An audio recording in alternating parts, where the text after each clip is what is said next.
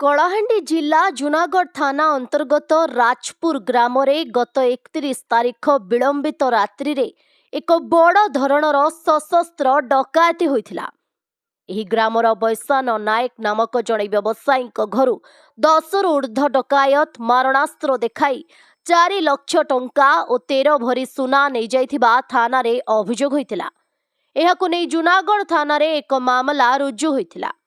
Kalahandi SP नेतृत्व में स्थानीय पुलिस यार तदंत करी घटना संपृक्त थिबा 5 जन अभियुक्त को गिरफ्त करी बुधवार कोर्ट चालाण करिछि। सेमानंकठारु नगद 1,70,000 टंका, सुना हार, मंगलसूत्र और 5टी मोबाइल जबत करिछि। एने जुनागढ़ थाना रे आयोजित एक खबरदाता सम्मेलन रे धर्मगढ़ एसडीपीओ मनोज बेहेरा सूचना दैछन्ति।